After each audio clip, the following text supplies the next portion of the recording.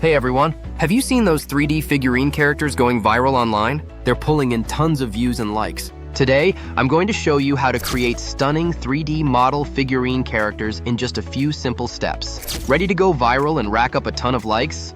No time to waste, let's dive right in.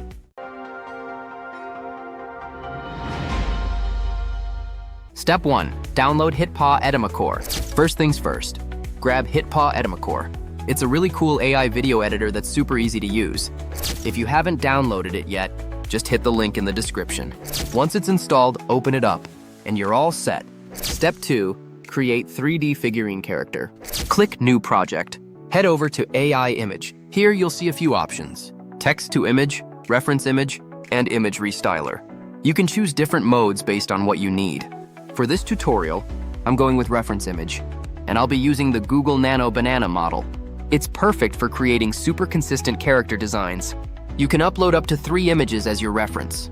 Then type in a prompt designed especially for creating 3D figurine character.